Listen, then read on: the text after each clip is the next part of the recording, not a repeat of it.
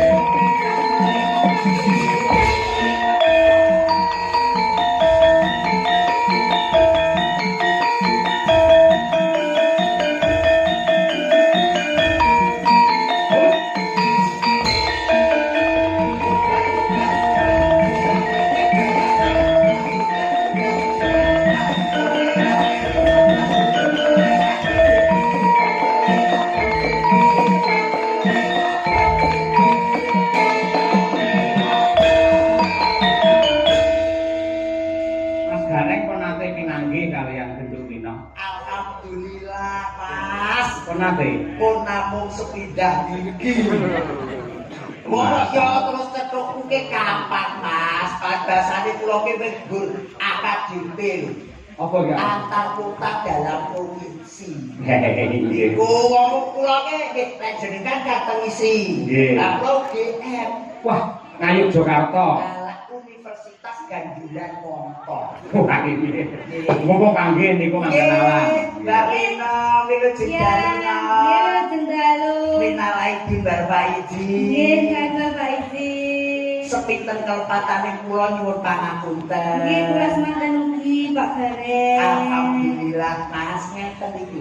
Gandes ruwes nyenengne ati. Cara buah Mbak Ginong niku napa? Lho, paling mboten nganggur to, Mas. Anggur. Anggur. Kok iso anggur? Ora dadak diunceki, ora dadak dikumbah langsung dipangan. Plus. Lah iki Mbak Umi Habibah kok buah napa? Mbak Umi Habibah iki yen cara buah ngoten nek teng desa ranti. Ranti. Ranti. Kok ranti? Ranti niku nggih cilik, rupane ireng, akeh tembung-tembung ngoten, lebubleng kena kanggo tangga. Oh, kowe tunggale jamu berarti. Kena nggih jamu, kena nggih tangga tresna. Nggih. Lah Mbak Birgita iki. Birgita. Saya kayak gini kira terus buah nopo. Pisang ae. Ngeten iki lek cara buah niku nuwun sewu, Mas. Manggis. Kok manggis? Manggis niku tidak pernah bohong. Sing guri 5, jerone ya 5. Nggih. Niku Mbak Kesi napa? Bu Kesi ta? Lek Bu Kesi niku sakniki napa kelon riyen? Yo sakniki wong kayene saiki ya. Sakniki ta? Nganti elek ora tak janah nggih. Boten Bu Kesi niku nuwun sewu. Cara buahe ngoten melon tanpa biji. Mewah. Kayak gila. Melon tanpa biji. Tukune ning bengkok etan kono dibuka marep kulon seret banyune cur. Dulur pekol, dulur dingin kabeh padha seneng. Yen kuwi bar Bu Kesi Mbak Tri Hastuti, Mbak Tutik. Mbak Tutik niki lek cara buah Mbak Tutik niki pun selek semangka. Kok semangka? Nggih, semangka niku dipanane lek pun ning wayah poso. Dadi lek ora poso ora dipangan ya. Nggih, ora poso ya ora tau. Wong jenenge semangka. Selanjutnya Salah kok semongko. Mbak Lia, terbang apa? Mbak Lia nika lho. Nggih. Nuwun sewu nek Mbak Lia nggih. Nuwun sewu apa ya sik. Niki kula cedhake ngoten tang nggih Mas nggih. Nggih, watal wis didemek. Boten aku kula ambet kok. Oleh didemek ngentut kuwi. Boten malah seneng kula. Cedhake ngentut niku kula demen Mas nuwun sewu. Alah, pun kecekel Mas iki. Apa cara buat? Pacik. Bijamu ya. Dewa sia-sia. Oh, boten sia-sia. Wis seniore Parasinden lho iki, suarane apik. Warta senior Parasinden jenengan aja nyedak lek kentut. Oh, kok katek kentut bae tak ambet pabel ya iki koyo pacik. Kok kanca. Men komplit Mbak Lisa cara buah apa? Lek bae Lisa lho. Ora wis gila ta mriki lek niki kan nggih buah kesukaan. Oh, makanan sehari-hari. Makanan sehari-hari komplit kabeh kuwi. Apa kuwi? Iya seneng semongko enek. Terus apa kuwi melon enek. Terus duren enek. Terus aku salah enek. Terus apa iku buah-buahan kabeh enek ngono. Dadene sitok sak kresek. Sampeyan cara buah ya apik kok. Oh, napa Mas? Cara buah sampeyan ki pelem. Pelem Pelem sing luwegi rupane kuning semua abang kae. Ning digondo codot dadi ya. Buatan napa-napa Mas, mudun druk, tunggulan cocok jenengan dahan. Ah, gila Kang. Iya, mesti ya penggemarmu ana sing ngersake jaranan. Mbak Winong niki napa mule niki tak duwi reok Ponorogo, Mas. Pokoke ya wajah iki jaranan iki tidak hilang dari pandangan seorang penduduk Ponorogo. Nah, nggih. Nggih, Pak. Niki sadurunge nembang kula jentang angsal. Oh, boleh. Niki mau kan kula kalih Mbak Birgita, kalih Bu Kesi, kalih Ubi kan kaget to nek Mbak Elisa niku jomblo. Kok jenengan niku malah ngertos niku sejauh apa to dengan komunikasi karo Mbak Elisa? Iki tak cilik iki guru terus aku karo Bu Kesi karo Mbak Lisa nyapo tak cilik melu-melu. Kula kan kepo lho, kula kan sayang Bu Kesi to, Pak. Terus mungkin nek Bu Kesi disakiti kan saya ndak terima. Hah? Sing nyakiti Bu Kesi iki sapa? Kula kan takut sejauh apa komunikasi dengan kalian Mbak Elisa niku mawon, Pak. Orang Jawa aku dekat kok orang Jawa. Duk, kowe pengen ngerti sejauh apa Pak Cahyo dengan Mbak Elisa. Engko tak sadapne WA-ne kuwi. Ning kaya pihak kepolisian. Ngomong kene mata itu. Ninggal katresnan ya Kang ya? Nggih. Nah ya, kita kok kangen suwi ora. Nembangake kuwi. Ayo. Langsung wae nang Rambahan. Ya, kaya ngono. Wino nawang sih, coba diaturake para lenggah sugeng mirsani. Ya, ada. Jaranan dangdut kreasi.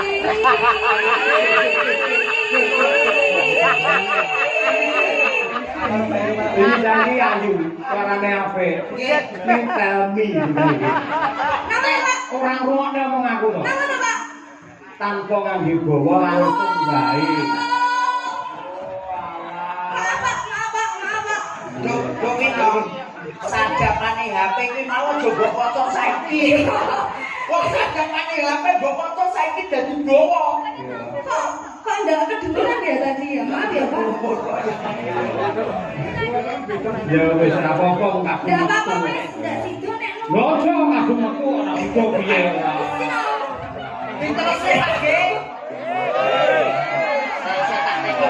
Saiki sing lenggah wae sing menghakimi. Pripun dibawani mboten, Pak? Yo bawa kuwi lho, wis diselamatkan. Diselamatkan. Nggih, yo. Iya, pikirane yo padha karo Mbak Elisa. Wis seprene randang kok pacar. jangan gitu lah, Pak. Kuwi lho bocah rumangan. Kita gede yo gede mengawake tok. Loh, kula iki gede atine iki gede lho, Pak. Paling tak lepek. Mas Sayo. Mas Sayo. Apa? Kula boten atur ngomong. Lah napa? Wong jenengan kok bersih sok. Ya dibasani ra apa-apa ya. Dari kuwi aku menghindari bawa kuwi mergo mau di karo Mbak Elisa Morondono. Ini ora apa-apa. Cakepane kan beda. Beda. Kamu kan Mbak Mutiara. Tujune kowe cara buah ya seger paman cara buah kowe pacé tak pengen kowe. Untung kowe mau ya kamu anggur. Ora dadak diunggah dan dilek wae. Gurih ana. Garenge ngawut anggur mau jane umum ayo. Ngawut. Lho lek umi ki lek anggur ya wong sing sakmene cilike wong tenggo pinggir dalan dipangati kan nggih repot to Mas. Mending ge jamu bae lek wis sehat iki dolan anggur. Iya. Ya enggak apa-apa saya.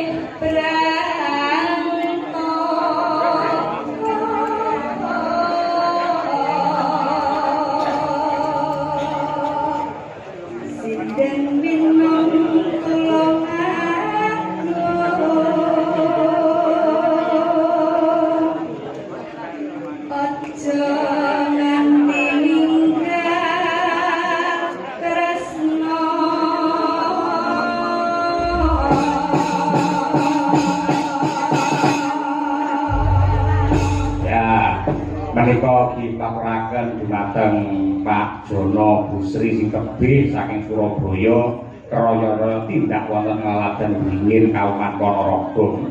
Kangen karo kanca-kanca Madangkara. Ya. Karmane panjenengane rung diaturake wis pirang-pirang taun. Untuk manggung ning nggon gara-gara wae. Ya. Cendro, Wino nawangse. Ya.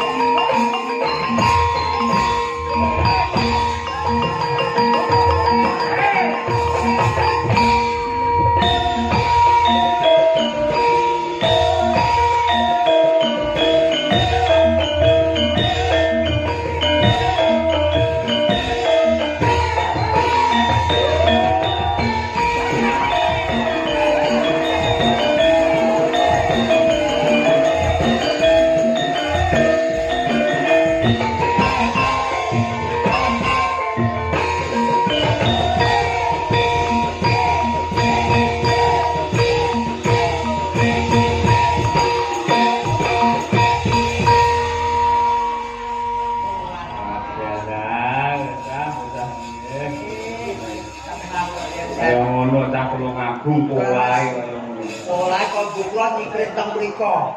Moto kula meh kliniken numpak-numpak. Betul ta? Nggih, lek kucuke niku kan numpak-numpak. Ah, nggih.